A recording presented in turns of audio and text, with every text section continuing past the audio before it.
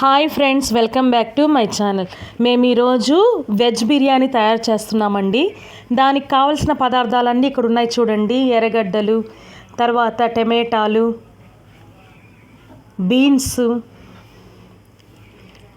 ఉల్లగడ్డలు, carrot, ఇవన్నీ మేమేం చేసామంటే ఉదయాన్నే చీకటితో 5 గంటలకంతా లేసి మన ఏసీ సుబ్బారెడ్డి కూరగాయల మార్కెట్ ఉంది కదండి, అక్కడికి వెళ్ళి తీసుకున్నాము. ఎందుకంటే ఒక 5 కేజీలకి బిర్యానీ కంటే కొంచెం ఎక్కువే అవుతాయి. అదేదో మనం హోల్సేల్గా తీసుకుంటే మనకు మనీ కూడా సేవ్ అవుతుంది కదా అని తీసుకున్నాము. అలాగే పచ్చి బఠానీ, కొత్తిమీర, పుదీనా, అల్లము, తెల్లగడ్డ అన్నీ తీసుకున్నాము. అన్నీ తీసేసుకొని ఈ విధంగా చిన్న చిన్న ముక్కలుగా కట్ చేసి కూడా పెట్టుకొని ఉన్నాము. చూడండి, అల్లం అయితే ఇంకా పేస్ట్ మిక్సీకి వేసి పేస్ట్ రెడీ చేయాలి. ఎర్రగడ్డలు తొక్కు తీసి పెట్టేసేసుకున్నాము. టమాటాలన్నీ కడిగి శుభ్రంగా పెట్టేసేసుకున్నాము. చూడండి, ఈ విధంగా అన్నీ రెడీ చేసి పెట్టేసుకున్నాము. ఇప్పుడు ఏం చేసామంటే పెద్ద దబర తీసుకొని మేము గ్యాస్కి స్టవ్ వస్తుంది కదా విడిగా, దాంట్లో పెట్టేసేసి ఆన్ చేసి దబర హీట్ అయిన తర్వాత ఎర్రగడ్డ, పచ్చిమిరపకాయలు, అల్లం పేస్టు అన్నీ వేయించేసాము. ఇప్పుడు పచ్చి బఠానీ కూడా వేసి వేయించుతూ ఉన్నాము. చూడండి ఎంత బాగా వేగుతుందో. తర్వాత జీడిపప్పు కూడా వేసామండి. దాంట్లో జీడిపప్పులు కూడా వేసాము. ఎందుకంటే జీడిపప్పులు వేస్తే టేస్ట్ బాగుంటుంది. కాకపోతే ఒకే ఒక్క ఇది కాషన్ మనం గుర్తుపెట్టుకోవాలి. ఎందుకంటే ఇది అడుగంటకుండా మనము గరిటెతో కలుపుతూ ఉండాలి. కలుపుతూ ఉంటే కింద దబర అంటుకోదు, బాగుంటుంది, టేస్ట్ బాగుంటుంది. చూడండి, ఈ విధంగా మేము అంటుకోకుండా తిప్పుతూనే ఉన్నాము, గరిటెతో కలుపుతూనే ఉన్నాము. తర్వాత బీన్స్ వేసేసుకున్నాము. ఆల్రెడీ మేము దీంట్లో నూనె పోసుకొని ఎర్రగడ్డలు బాగా వేగిన తర్వాత పచ్చిమిరపకాయలు వేసాము. పచ్చిమిరపకాయలు, ఎర్రగడ్డలు వేగిన తర్వాత అల్లం పేస్ట్ వేసాము. తర్వాత జీడిపప్పు వేసాము. తర్వాత బీన్స్ వేసాము.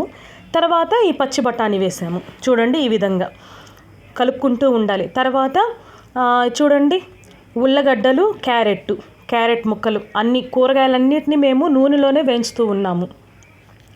ఈ విధంగా బాగా కలుపుతూ ఉన్నాడు. మా హస్బెండ్ హెల్ప్ చేశాడండి. లేకపోతే ఇంత తిప్పాలంటే మన వల్ల అయితే కాదు. మా హస్బెండ్ బాగా నాకు హెల్ప్ చేశాడు. బాగా కలుపుతూ ఉన్నాడు గంటతో. చూడండి, బాగా కలుపుకుంటూ ఉండాలి. ఎంత కలిపితే అవి బాగా వేగుతాయి, కింద అంటుకోవు, రుచిగా కూడా ఉంటుంది. బిర్యానీ అనేది టేస్ట్గా కూడా వస్తుంది. చూడండి, వేసిన దగ్గర నుంచి మేము కలుపుతూనే ఉన్నాము.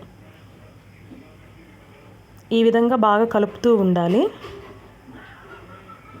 కలుపుతూ ఉంటే మనకేమవుతుందంటే అవి బాగా వేగుతాయి, తర్వాత కింద అడుగంటుకోదు. తర్వాత ధనియాల పొడి వేసాము.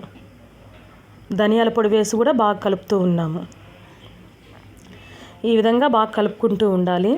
తర్వాత టమాటాలు కూడా వేసేసామండి. టమాటాలు కూడా వేసేసి మొత్తం అడుగంటుకోకుండా బాగా కలుపుతున్నాం. ఇప్పుడు మిరప్పొడి వేసుకున్నాము. కారపొడి వేసుకుంటున్నాము.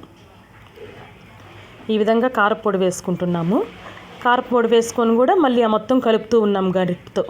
మనము ఎప్పుడైనా 5 కేజీస్ అలా చేయాలంటే చిన్న గంట కాకుండా దానికి తగ్గ పెద్ద గంట ఉంటే మనకు ఈజీగా ఉంటుందండి. మా ఇంట్లో ఉంది, అందుకని మేము దాన్నే యూస్ చేసి బాగా కలుపుతూ ఉన్నాము. తర్వాత మీల్ మేకర్లు కూడా వేసేస్తున్నామండి. చూడండి, మీల్ మేకర్లు అన్నీ వేసిన తర్వాత బాగా ఉడికి ఆయిల్ చూడండి ఏ విధంగా బాగా సపరేట్ అవుతుందో. ఇప్పుడు ఉప్పు వేస్తున్నాము. ఉప్పు వేసి బాగా కలుపుతూ ఉన్నాము. ఏం లేదండి, కూరగాయల బిర్యానీ చేయాలంటే మనకు చాలా ఓపిక ఉండాలి. ఎందుకంటే అది చాలా టేస్ట్గా ఉంటుంది. కాకపోతే కొంచెం శ్రమ కూడా ఉంటుంది. ఏంటంటే చేత్తో మనం అడుగంటకుండా తిప్పుకుంటూ కలుపుకుంటూ ఉండాలి. ఇప్పుడు ఇవన్నీ వేగిన తర్వాత మేము 5 కేజీస్ తీసుకున్నాము కాబట్టి 10 లీటర్స్ వాటర్ పోస్తున్నాము. చూడండి, ఈ విధంగా వాటర్ పోసేస్తున్నాము. పోసి బాగా కలుపుతూ ఉన్నాము. మీల్ మేకర్లు చూడండి ఎంత బాగున్నాయో, పైన తేలుతూ అవి బాగా సోక్ అయ్యాయి. అందువల్ల చూడండి బాగా లావు కూడా కనిపిస్తూ ఉన్నాయి. ఇప్పుడు నీళ్ళు ఎంత పోసామో మళ్ళీ ఇంకొంచెం పోసుకుంటున్నాము. సరిపోయేంత నీళ్ళు పోస్తున్నాము. చూడండి, నీళ్ళు వేగిన తర్వాత మేము రైస్ కూడా వేసేసామండి. రైస్ కూడా వేసి మళ్ళీ ఒకసారి మొత్తం కలుపుతున్నాము. రైస్ కూడా వేసేసాము కాబట్టి మళ్ళీ మొత్తం అంటే ఒకే దగ్గర ఉండకుండా మొత్తము కలపాలని చెప్పి, అంటే మొత్తం రైస్ అంతా కూడా ఉడకాలి. ఒక దగ్గర ఉడికి ఒక దగ్గర ఉండకుండా ఉండడానికి మొత్తం కలుపుతూ ఉన్నాము. రైస్ అంతా ఈ విధంగా కలుపుతూ ఉన్నాము. చూడండి, ఈ విధంగా కలుపుతూ ఉన్నాము. ఎక్కువ మన చేతికే శ్రమ అండి. ఎందుకంటే గరిటతో తిప్పుతూ ఉన్నప్పుడు చేయి నొప్పి వస్తుంది. అలా అనుకోకుండా మనం కానీ బాగా కలుపుకుంటూ ఉంటే మనకు బాగుంటుంది. దమ్ముకు మేము ఏం చేసామంటే నిప్పులు అవి కాకుండా ఒక చిన్న దబర పైన పెట్టేసాము. పైన పెట్టేసిన తర్వాత చూడండి అమురుకునేసిన అన్నం అంతా చూడండి ఎంత బాగా వచ్చిందో. కలర్ఫుల్గా ఉంది కదా. ఒక దగ్గర ఆరెంజ్ కలర్లో ఉంది, ఒక దగ్గర రెడ్ కలర్లో ఉంది, ఒక దగ్గర గ్రీన్ కలర్లో ఉంది. బిర్యానీ వెజ్ బిర్యానీ కూడా చాలా అంటే చాలా టేస్ట్గా వచ్చిందండి. చూడండి ఎంత బాగుందో. మొత్తం అంతా ఒకేలాగా ఉడికింది, సమానంగా ఉడికింది. చాలా అంటే చాలా టేస్ట్గా కూడా వచ్చింది.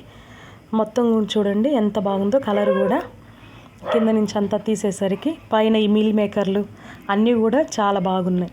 బిర్యానీ అయితే చాలా టేస్ట్గా వచ్చింది.